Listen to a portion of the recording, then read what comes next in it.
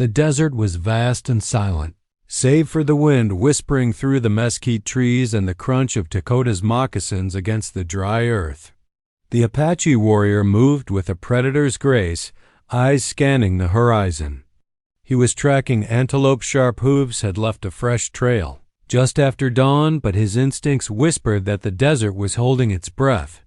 The sky had begun to change, the blue bleeding into a dusty yellow haze. Dakota paused, sniffed the wind, and felt it. A sandstorm was coming. Fast. He turned back from the mesa, abandoning the hunt. Storms out here were no small matter. They could blind, suffocate, even bury a man alive. He moved quickly toward a narrow rock corridor he knew from childhood, a small natural pass with a bend that offered protection. But as he neared the rocks, something stopped him. There, barely visible, a pale hand jutting from the sand. Dakota's. Breath caught. He knelt swiftly and brushed away grit and windblown earth. What he uncovered startled him. A young white woman, unconscious, her long blonde hair tangled with grit and blood. Her face was sunburned, her dress torn and dirty. Her breathing was shallow, but steady. A faint moan pulled his attention to the side. A second woman, older, maybe in her 50s, lay only a few paces away, half covered by her shawl, her face blistered from the sun. She clutched her side, and her lips moved as though in prayer. Dakota cursed softly under his breath. White women? Out here? Alone?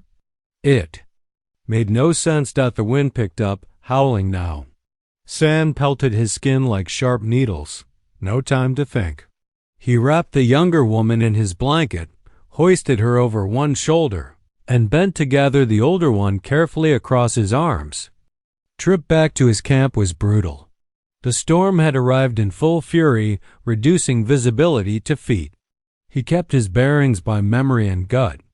It took nearly an hour, but he reached the shelter, his hidden camp wedged between two stone walls, protected on three sides. Inside, he laid the women down gently on the woven mats near his fire pit. He shook out his blanket, fetched water, and checked their condition more closely. The older woman had a deep gash along her ribs and likely a cracked rib or two. She was feverish. The younger one had no visible wounds, but her lips were cracked and bleeding. They'd been in the sun for days, he guessed. He boiled water, ground herbs, and gently applied salve to the older woman's wounds. She stirred only faintly. The younger one groaned but didn't wake. He forced a few drops of water into her. By nightfall, the storm raged on outside, but inside, his camp glowed with firelight and the quiet breath of strangers. Dakota sat cross-legged, watching them. He didn't like mysteries, especially not ones that wandered into his life with no explanation and no clear intention.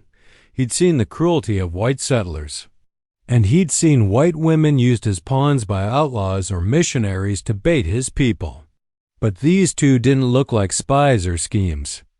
They looked abandoned, still. He knew this would not go unnoticed. His camp was only semi-permanent, a place he used between tribal duties. His people had grown cautious over the years, especially after brutal skirmishes with soldiers and settlers. Alike, taking in strangers, especially white ones, could mean banishment, or worse. But he hadn't been able to walk away. Somewhere in his gut, he felt something unfamiliar stir. A feeling that this moment, this choice mattered. As the fire crackled low, the younger woman suddenly stirred. Her eyes blinked open blue, wide and dazed. She saw him, flinched, then tried to rise. He raised his hand gently. "You're safe," he said in soft, accented English. "Storm, you would have died." She stared at him, breathing heavily. Her lips trembled, but she said nothing. Then her eyes fell to the older woman beside her, and she gasped, "Blythe, Miss Blythe." She crawled toward the older woman, sobbing hoarsely. Clinging to her. Tako stepped back, giving them space. She looked back at him once more, fear still in her eyes, but now something else too. A fragile, flickering trust. The morning after. The storm, the desert wore a new silence, hushed and heavy, as if the land itself was holding its breath. The women slept fitfully while Dakota kept watch, sharpening his knife by the fire and listening for the birds that had gone quiet during the sandstorm. By noon, the younger woman stirred. She sat up slowly, hair tangled and eyes wary. Dakota offered her water. She hesitated, but took it. When she finally spoke, her voice was rough. "My name is Evelyn," she rasped. "That's Miss Blythe. She's my caretaker." Dakota nodded. Slowly, he waited, giving her space to speak more. She didn't. He squatted beside the fire. "You were far from any trail. What were you doing in that part of the desert?" Evelyn looked down at her hands, sunburned and shaking. "We were running." "From who?" Her jaw tightened. "Outlaws." It wasn't the full truth. Dakota could feel it. But she was too scared or too proud to say more. He didn't push yet. Miss Blythe groaned then, drawing their attention. Evelyn rushed to her side, checking her bandages. "She needs a real doctor," she whispered. "There is none near," Dakota said. "Only the medicine of my people. If she will live, it will be by rest, roots, and patience." Evelyn looked at him, desperate but resigned. That afternoon, Dakota packed his gear. "We must return to the tribe," he said. "They will not approve of me bringing outsiders. But I will speak for you." Evelyn stood, swaying slightly. "Will they hurt us?" "They may want to send you away," Dakota said, "or demand I leave with you. But I will not let them hurt you." She looked surprised. "Why would you risk that for strangers?" Dakota said nothing. In truth, he didn't know why. There was something about her sharp-eyed, strong spine that refused to be pitied, and something about Miss Blythe's injured body that reminded him of his mother, who had once risked everything to protect him during a raid. So he helped Evelyn secure Miss Blythe across his horse's back, while Evelyn herself rode behind him, arms tight around his waist. They set out through the canyon pass toward the distant hills where the Apache summer camp waited. It took 2 days. They passed jagged cliffs, dry riverbeds, and one watering hole where Dakota gathered herbs and Evelyn helped grind them. She asked questions about the plants, the land, the stars. And though he gave short answers, he noticed she listened closely. On the second night, as they camped near a cluster of stones, Evelyn surprised him by saying, "My mother was Mexican. She died when I was 5. My father was a white railroad boss. He sent me to a boarding school where they beat me for speaking Spanish." Dakota turned to look at her. She didn't meet his eyes. "I'm not just a lost white girl," she added softly. "I know what it's like to belong nowhere." The fire crackled between them. That was the first time he truly saw her not as a burden or a mystery, but as a bridge between worlds. When they arrived at the Apache camp, smoke rose from cooking fires, children played near the creek, and warriors eyed them with suspicion. Dakota dismounted slowly. Every eye followed him as he lifted Miss Blythe from the horse and carried her into his lodge. Within minutes, his older brother Mika stormed in. "You brought them here?" Mika hissed, his scarred face red with anger. "White women? Into our circle? They would have died," Dakota said calmly. "I could not leave them." "You should have," Mika spat. "They are trouble. You endanger us all." Evelyn stepped into the lodge entrance, eyes blazing. "I didn't ask to be rescued, but we're not spies." "We were running for our lives," Mika snarled. "Then keep running, girl." Dakota rose. "Enough. She stays until the old one is healed. Then they will leave if that is what the council decides." Mika stared at his brother for a long moment, then turned and left without another word. Dakota knew this wouldn't end here. Word would spread. Elders would gather. Questions would come. But he also knew that the moment he found them, in the desert, his life and the tribe's future had shifted course. For 2 days, tension clung to the Apache camp like smoke after a fire. Though no one dared confront Dakota directly, whispers followed his every step. Children stopped playing when Evelyn passed, and women turned their backs while tending the fire pits. Even the dogs watched warily, but Evelyn didn't shrink. She moved through the village with quiet determination, gathering water, sweeping around Dakota's lodge, and tending Miss Blythe with tenderness that even the oldest medicine woman noted. She spoke little, observed much, and never once asked for pity. That morning, as Dakota crushed wild sage for a poultice, he saw Evelyn crouched outside the lodge, staring at the horizon. Her face was tense, lips tight. He walked up beside her, without a word.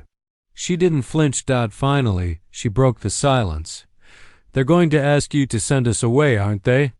He nodded slowly. "Tonight, the council will gather." She took a deep breath. "I'm not good at begging. I've noticed." A ghost of a smile passed her lips, but her eyes stayed hard.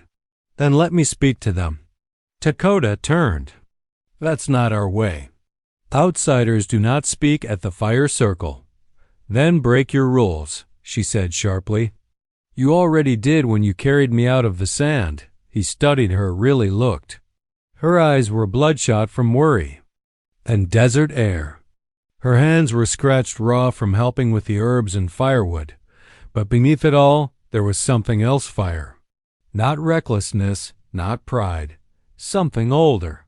Like purpose. He gave a small nod. "You will speak." That night, the council. Fire burned higher than usual. Elders gathered in a circle of stone and cedar. Dakota sat among them, silent and calm. His brother Mika glared from across the flames. When Evelyn stepped into the circle, wearing a woven shawl given by one of the younger women, the entire camp fell still. She looked at no one in particular. "Just the fire. My name is Evelyn Delgado," she began, voice firm. "I was born in Tucson. My mother was Mexican. My father was a white railroad man who drank too much and spoke too little. When my mother died, I was sent away to be made into something useful." Some elders exchanged glances. Mika scowled. "I learned to read and keep quiet. But I never forgot what my mother taught me. How to see what people don't say. How to feel the land with your bare feet. How to listen to the wind." A breeze stirred the fire as if summoned by her words. "We were running from men who hurt. Women. My governess, Miss Blythe, was beaten and left for dead. I would have died too. But your warrior," she gestured to Dakota, "risked punishment to bring us here. He gave me a chance to speak." She reached into a cloth pouch and pulled out something unexpected, a folded leather scrap, stained and weathered. She unfolded it carefully to reveal a hand-drawn map, faded and curled at the edges. "This belonged to my mother," Evelyn said. She said her grandmother passed it down from a native ancestor Apache, she believed. "It points to a place," she said, was sacred, a spring buried deep in the desert hills. She called it La Boca del Espiritu, the spirit's mouth. Dakota leaned forward slightly. The elders murmured. "I want to find that place," Evelyn said. "Not for gold, not for glory, but because your people deserve to protect what's yours, and because my blood is not just white. It is also Apache. You may not see it, but I feel it in my bones." Mika rose. "She speaks lies and fairy tales. A scrap of old hide doesn't prove her worth." Dakota stood slowly. "I will take her to this spring.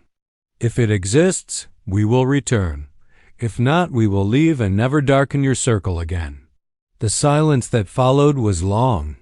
Then the oldest.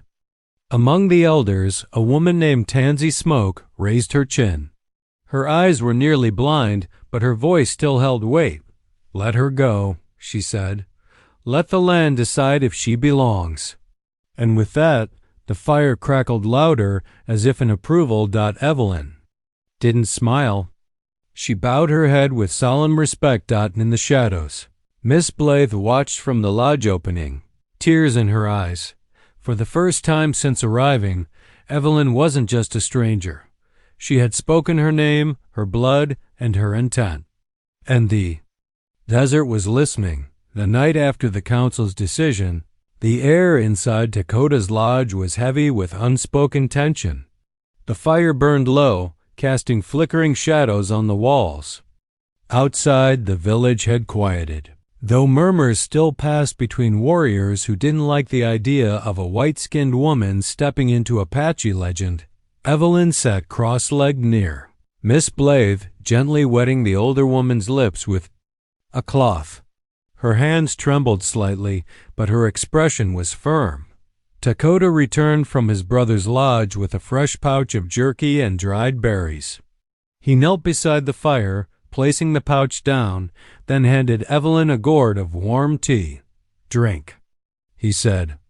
"The desert is harsh. It will not wait for you to grow stronger." Evelyn accepted the tea and nodded in thanks.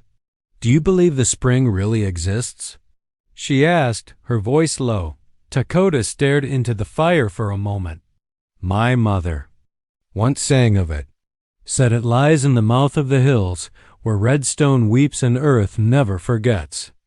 But I never saw it with my own eyes." Evelyn reached for her leather map and spread it carefully between them. The parchment was faded, but the markings were precise. A twisted line drawn like a snake indicated a dry riverbed.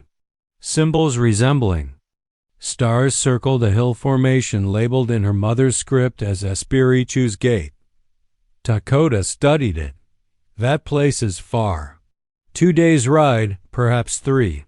Near land the raiders often cross." Evelyn's jaw tensed. "Then we'll ride at dawn." Dakota narrowed his eyes. "You speak like a warrior." "I've been surviving like one," she replied. "Ever since my father left me with a stranger and called it education." Silence settled between them. Outside, a coyote howled. Then it happened. Miss Blythe stirred. Her eyes opened slightly, then more fully. She blinked toward Evelyn, confused. "And pale, Miss Blythe?" Evelyn gasped, brushing her forehead with a trembling hand. The older woman gave a faint, weary smile. "Still here, are we?" Evelyn smiled back, eyes glossy. "You scared me." Dakota knelt beside her, checking her pulse. "You are strong. The fever is leaving you." Miss Blythe turned her head slowly, studying Dakota. Her gaze, though tired, was steady. "You're the one who found us?" Dakota nodded. "In the storm," she exhaled weakly. "You've risked more than I can understand." "Thank you." Evelyn squeezed her governess's hand, then moved to the side to let her rest again. Later that night, Dakota sat outside the lodge sharpening his knife while Evelyn tended the fire. She suddenly spoke, her voice quiet, as if afraid to be overheard. "I heard you singing yesterday morning." The words were Apache, but the melody ... I knew it. He looked over his shoulder at her.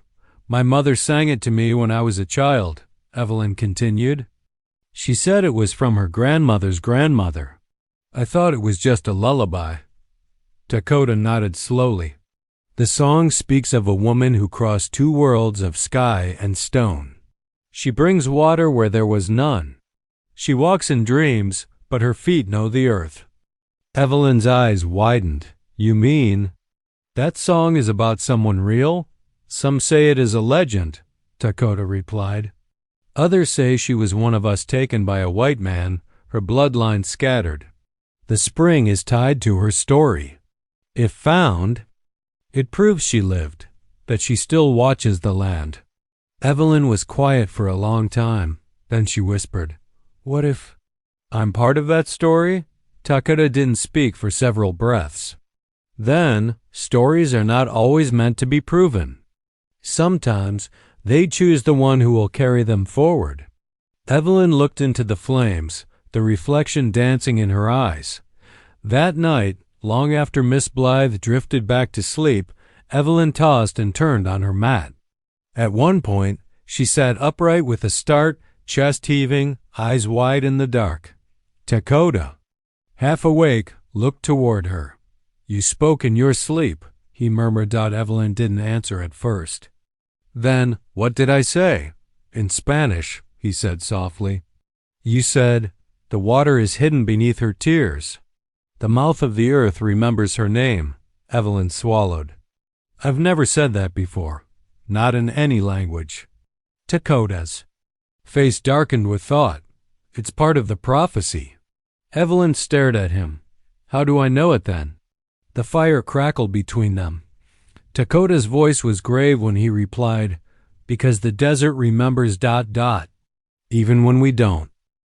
By the time the first rays of dawn sliced across the desert, Dakota had already packed their supplies: dried meat, canteens, 2 blankets, a pouch of healing roots, and the sacred stone his mother had given him before she died.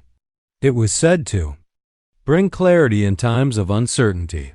He wasn't sure if Evelyn's arrival was fate or folly, but something deep inside whispered, "Take it." Evelyn emerged from the lodge with her map tightly bound in a strip of cloth and Miss Blythe's silver hair comb tucked into her satchel. "She's strong enough to stay behind?" she asked. Dakota nodded. "She will rest in the healer's lodge. My aunt will watch over her."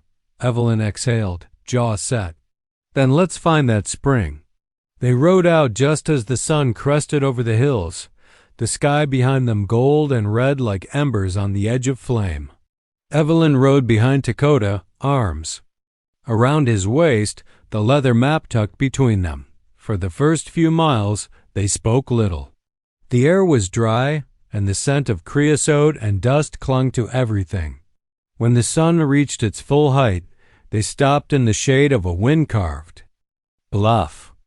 Dakota shared strips of jerky and offered her a drink. Evelyn wiped her brow and pointed to the horizon. "There," she said. "See that crescent-shaped ridge? That's marked on the map." He followed her gaze, then looked back at the worn hide. She was right. The crescent was near a set of 3 boulders drawn like stepping stones. He frowned. "Few know that place. Even fewer go." "Why?"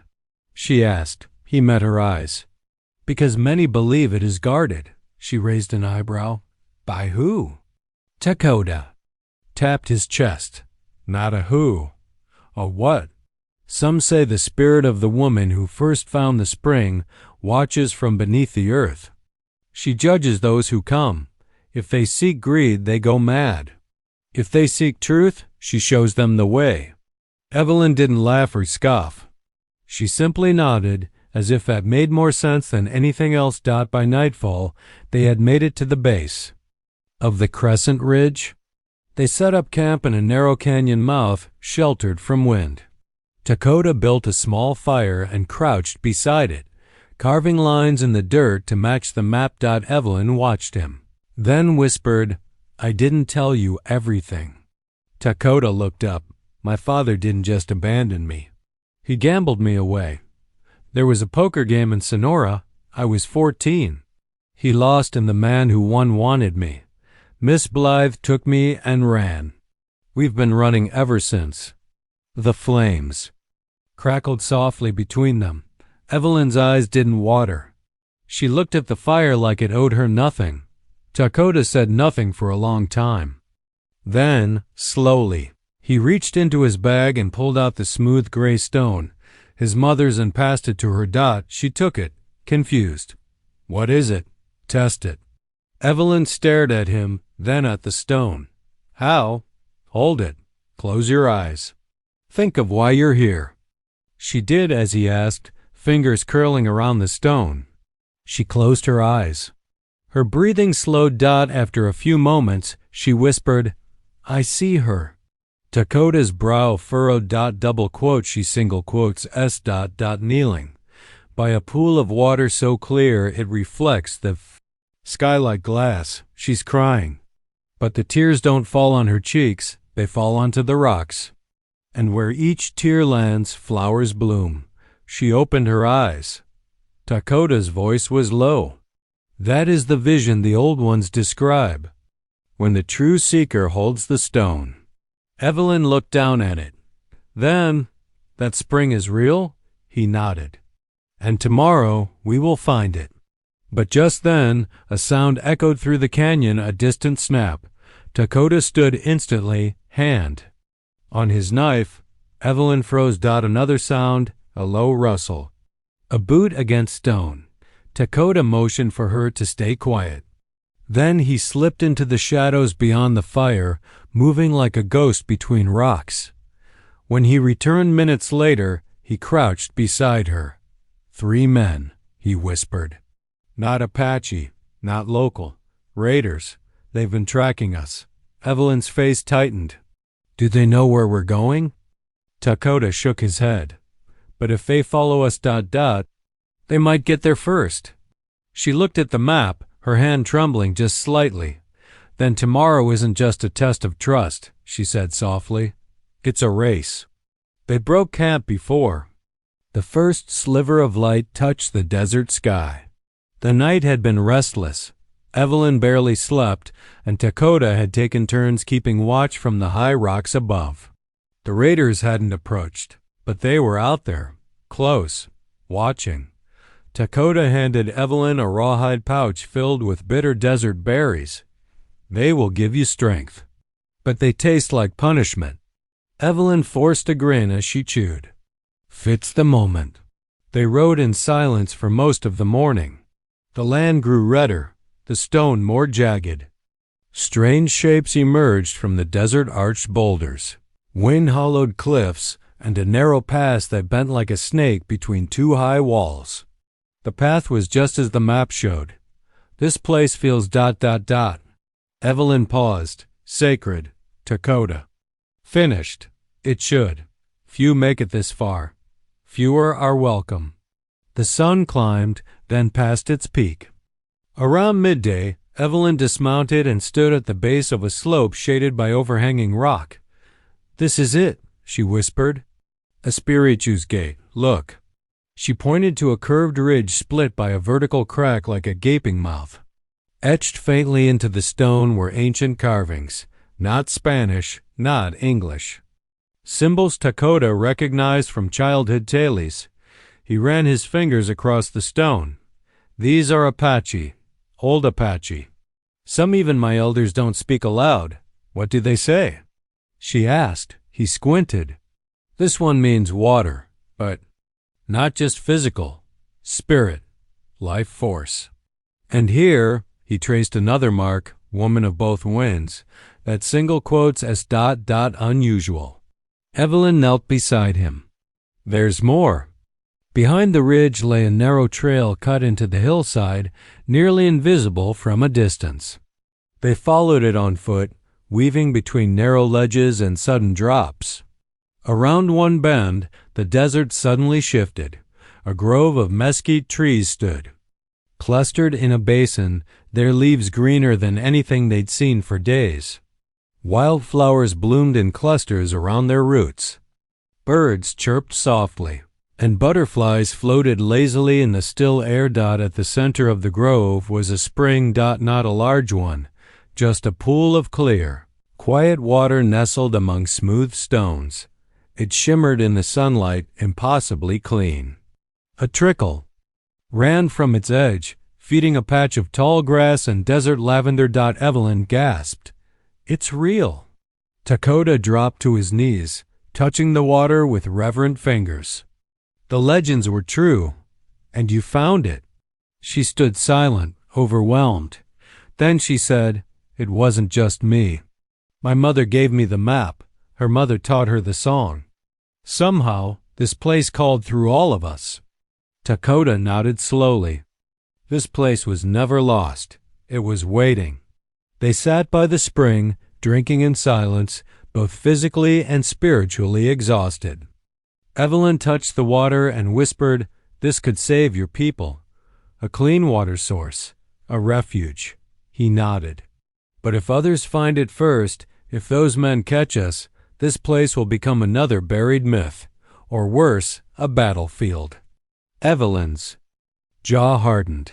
Then we protect it. As if on cue, a bird screeched from overhead.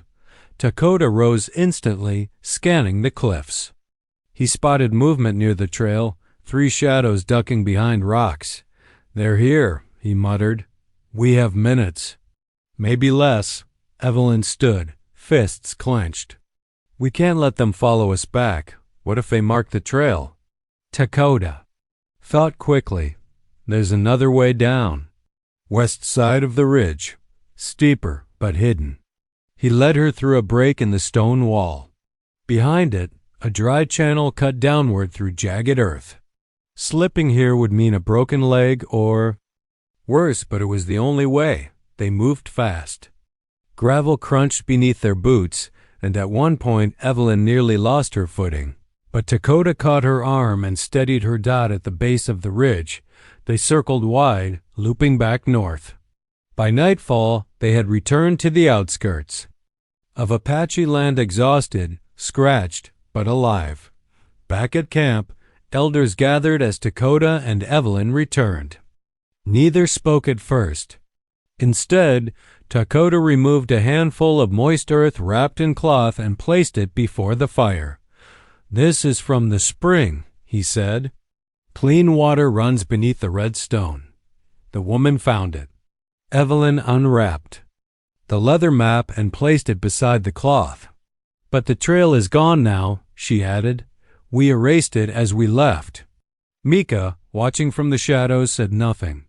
The eldest woman, Tansy Smoke, leaned forward and placed a wrinkled hand on Evelyn's. "The land remembered you," she said. Dot and Evelyn for once didn't argue. For 3 days after returning from the hidden spring, the Apache camp existed in a strange quiet. The elders debated privately. The women watched Evelyn with cautious curiosity, and the warriors, especially Mika, kept their distance. But whispers moved faster than horses. She had found sacred water.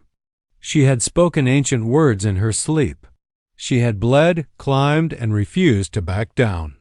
Some said she carried desert spirits in her bones. Others believed she was merely lucky. Dakota said nothing. He spent his time rebuilding the water trap. At the edge of the canyon, using the fresh spring soil Evelyn had brought back to plant desert herbs that hadn't grown in years. Evelyn often joined him, silently hauling stones, pulling brush, and listening when he spoke softly of how the land had changed. One night, as stars broke across the sky like shattered glass, the campfire burned larger than usual. It was the sign. A council gathering was coming. By the time Evelyn stepped into the circle, the entire tribe had gathered. Children clung to their mothers. Warriors leaned on spears. The fire crackled and the moon hung full over the canyon wall. Tansy Smoke was the first to speak. 3 nights ago, a woman who carries 2 bloods returned from a spring no one has touched in 4 generations. She walked into a story older than she is. And yet, she walked out again.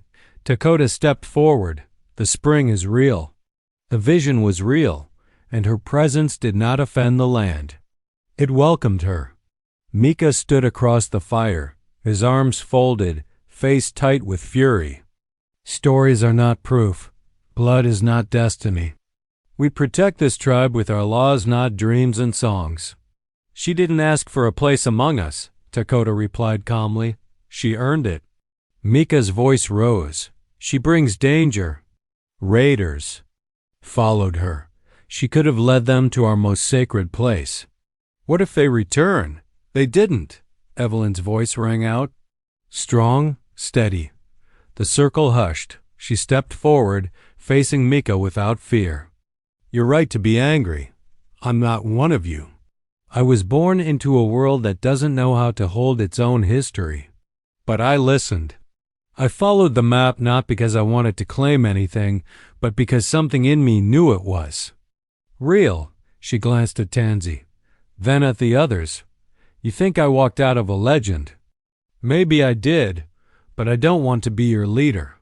I want to be your bridge." Whispers rippled through the circle. She lifted the old leather map. I will leave this with you. I've memorized every bend, every tree root. But no one else should. Hold it. Mika stepped forward. You would hand us a map and call yourself worthy? No, she said. I'm not handing you a map. I'm handing you back a piece of your past. Then, without looking away, Evelyn dropped the map into the fire. Gasps echoed through the circle, but Dakota smiled. The flame swallowed the leather, curling it to ash. Evelyn didn't flinch. Let the spring belong to your stories again, she said. Let no white man ever find it. Let it stay sacred. I'll carry it here, she tapped her chest, but no one else ever will. A long silence followed, the kind that only lives at the edge of belief. Tansy Smoke stood, her voice cracking with age and wonder. The prophecy said she would come not with swords or demands, but with empty hands and a memory not her own. She does not seek power, she seeks to return it. Slowly, the old woman stepped forward and placed a woven strand of blue corn silk around Evelyn's wrist. She is not Apache by birth, Tansy said, but the land has accepted her, and so do I. One by one, others came forward. A mother placed a strip of painted cloth in Evelyn's hand. A warrior offered her a carved bead. Even the children, once afraid, reached out to touch her skirt. Only Mika remained still, his face like stone. He said nothing. But he didn't speak against her again. That night, as the stars wheeled overhead, drums began to play. Not for celebration, but for recognition, a rhythm used only when a name passed into legend. Evelyn sat beside Dakota, silent, eyes wide with awe and gratitude. You didn't have to burn the map, he said quietly. I did, she replied, because I finally understand what she meant when she said the desert remembers. It's not about finding a place, it's about becoming part of it. And in that moment, under firelight and moon, the girl who once ran from outlaws became something else entirely, a voice the land had waited for. The days that followed were peaceful but too quiet. Evelyn worked alongside Dakota to help restore the land near the old irrigation channel. Some of the women had even begun teaching her how to weave. The children followed her with wide eyes, whispering about the woman who walked into the mountain and came back with flowers in her hands. Miss Blythe recovered enough to walk again, and though she remained quiet, she watched everything, especially the way Dakota and Evelyn began to move around each other. There was a soft gravity to them, now like the pull between wind and canyon wall. But the peace wouldn't last out. It began with smoke. Thin, dark streaks curling in the distance. Dakota saw it first, standing on the rise near the horse corral. He didn't speak, but his posture changed. By the time he returned to camp, his jaw was tight. Riders, he said to Evelyn. 3. Possibly 4. Too far to see faces. But they're watching us again. Evelyn's heart dropped. The raiders? Dakota nodded grimly. The same ones who followed us to the spring. They must have doubled back, searching, waiting. Evelyn grabbed her satchel. We have to warn the others. But as she turned to go, a familiar voice cut through the stillness. They already know. It was Mika. He stepped into the circle with a group of warriors at his back. His eyes burned with something deeper than anger now, something older, resentment, fear. You should have left when you had the chance, he said. Dakota stepped forward. What are you doing? Mika didn't answer him. Instead, he addressed the crowd that had begun to gather. Our lands are watched. Our secrets followed. Do you think that's coincidence? He turned and pointed at Evelyn. She brought this. Her presence brings eyes that should not be here. She protected the spring, Dakota snapped. No, Mika growled. She led them to it. And now they want more. Evelyn shook her head. I destroyed the map. They didn't follow us back. Then how do they know where to look? Mika spat. Someone told them. Someone who speaks both tongues. It wasn't an accusation. It was an ambush. Dakota stepped between them. You go too far. But Mika's men moved first. Two seized Evelyn, dragging her toward the center of camp. Dakota drew his knife, but others blocked his path.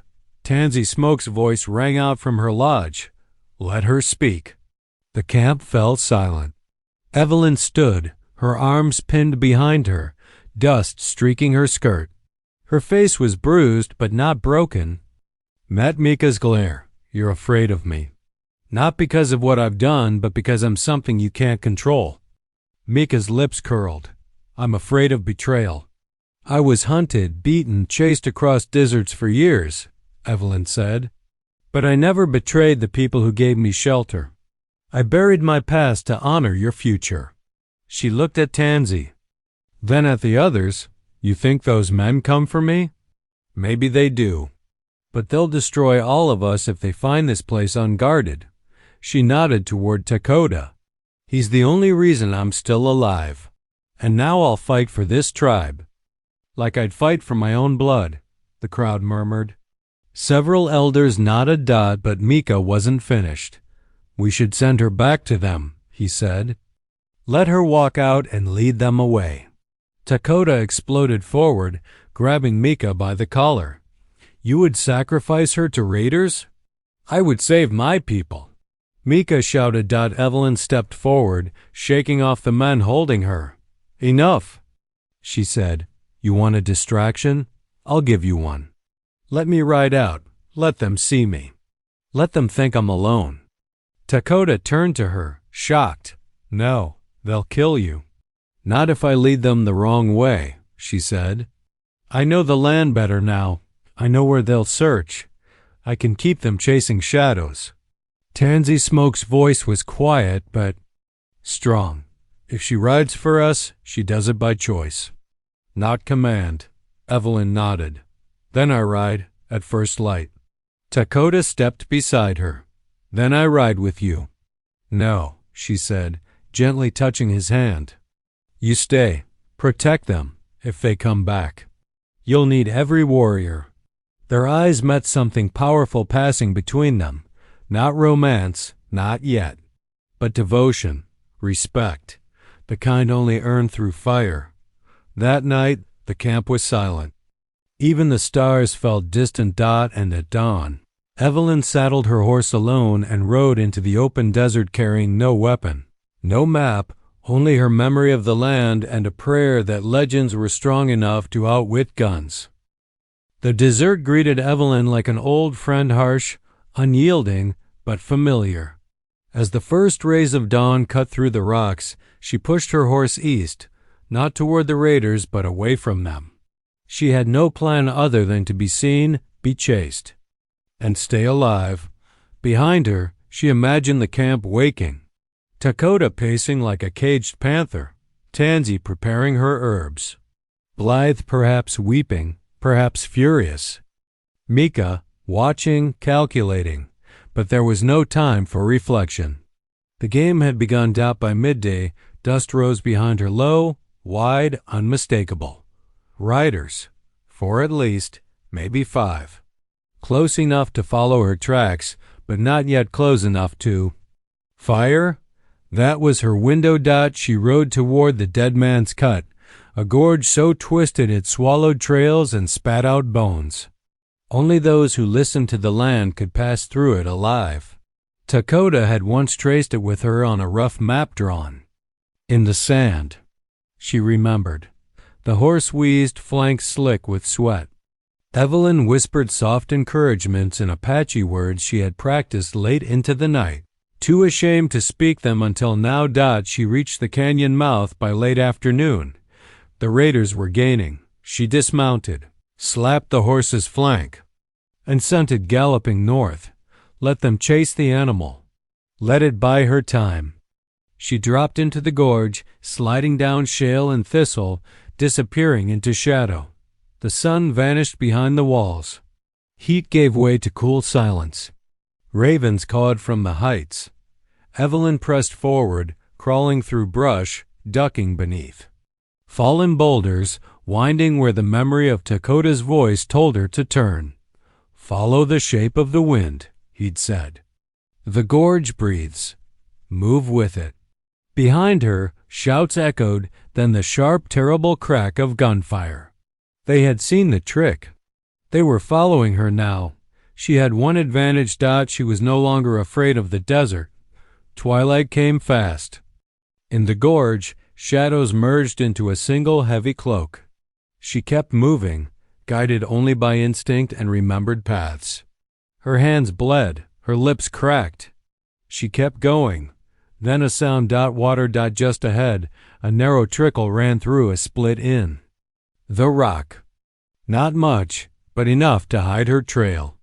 She dropped to her knees, splashed herself down, and crawled upstream. The mud masked her scent. Her footprints vanished. Gunfire again, closer.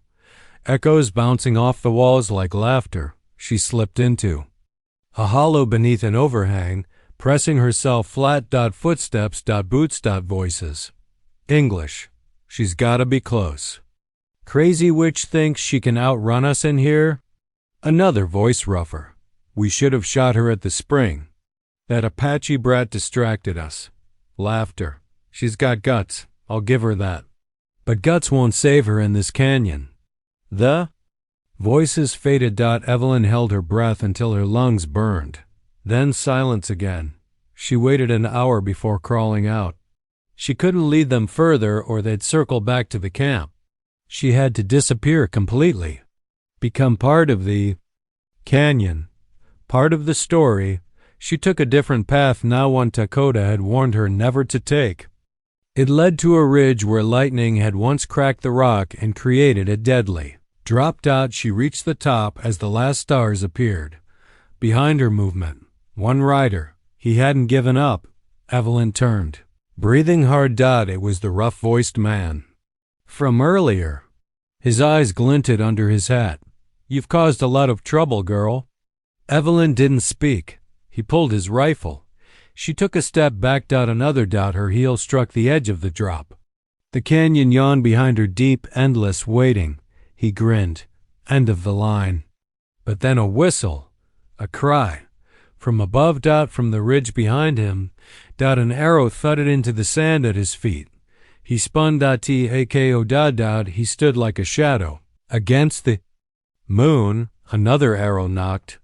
The raider raised his gun, but too slow. Dakota's second arrow hit true. The man fell with a thud, rifle skittering from his hand. Evelyn collapsed to her knees. Dakota ran to her, lifting her gently. You followed me, she whispered, too exhausted to protest. I always would, he said, but there was no time to rest. More riders would come. Together they vanished deeper into the rocks, carrying nothing but their breath and the desert's protection. Evelyn and Dakota moved through the canyon like wraiths, silent, swift, invisible to the eyes of men who relied too heavily on maps and bullets. By the time the other raiders reached the ridge, the trail had gone cold. For 2 days they stayed hidden in the folds of the desert, sharing meager sips of spring water and eating what little jerky Dakota had tucked into his saddlebag. They did not speak much. They didn't have to. On the third dawn, they returned to the Apache camp. Smoke curled from cooking fires. Children played with sticks near the corral. Blythe was seated beside Tansy Smoke, her hair braided, her face no longer so pale. But the moment Evelyn stepped into view, everything stopped. No one had expected her to come back. Mika stood near the outer ring of lodges, arms crossed. But even he looked startled. Not just because she had returned, but because she had returned with Tako. Evelyn walked forward. Her dress was torn. Her face was sunburned. Her boots were shredded. But her back was straight, and her eyes burned. I drew them away, she said to the gathered crowd. They lost my trail in the canyon. One of them didn't make it out. Tansy Smoke rose. Did they follow you back? No. They'll search for days in the wrong places. But they'll remember this land isn't theirs to take. One of the elders, a man with hair the color of snow and scars across his cheek, spoke in Apache. Dakota translated softly. He says the desert tested you, and you passed. Another woman stepped forward and placed a woven sash in Evelyn's hand. It was the same pattern worn by the women of the warrior families, red, black, and storm blue. The woman nodded. You walked into the gorge with nothing, she said, and returned carrying fire. Evelyn blinked, unsure how to respond. Tansy Smoke smiled. Among us that has a name, Ashtasi, she who returned fire. That is what you are now. The name echoed around the circle. Some repeated it with reverence. Others nodded in quiet approval. Even Mika lowered his gaze. Blythe approached next, her eyes welling. You came back, she whispered. Evelyn nodded. So did you. I thought I'd be alone, Blythe said, voice trembling. But you stayed. Evelyn took her hand. We aren't those women from the desert anymore. That night, a fire was built in the center of camp, not for mourning, but for celebration. Meat was roasted. Stories were told. The children begged to hear Evelyn's tale again and again, how she vanished into the rocks and returned with the storm behind her. At some point, Dakota sat beside her, his eyes on the fire, his voice low. You didn't have to come back. He said. She smiled. Neither did you. I meant it, what I said on the ridge. I would follow you. She looked at him, then really looked. The man who had found her broken in the desert, who had taught her the land, protected her from suspicion, and believed in her when no one else had. Evelyn touched the woven sash at her waist. I'd like to stay, she said softly, not just for the night. For good. Dakota smiled slow, wide, unshaken. Then stay. You're not a guest anymore. In the weeks that followed, Evelyn became part of the tribe in truth. She worked the fields, learned the language more fluently, and even taught the children letters and songs from her old world. Blythe became a healer's apprentice. Mika, once her fiercest opponent, began to seek her judgment on matters of the canyon and the springs. Respect was earned, and it was deep. Seasons turned. The raiders never returned. Perhaps they feared the land now. Perhaps they feared the name whispered on the wind. Ashtasi. Years later, travelers spoke of a woman who lived among the Apache, a white woman with fire in her heart and a knife at her side, who could outride most men and had once lured 5 armed riders into a canyon and vanished like smoke. Some claimed it was legend. Some swore they had seen her themselves. But in the camp nestled between rock and river, the children knew the truth. They ran barefoot across the sand, shouting her name in play. And when the fire cracked at night, they begged to hear her story again. The woman who returned fire, the woman who chose them, the woman who became one of them. And they told it, not as legend, but as legacy.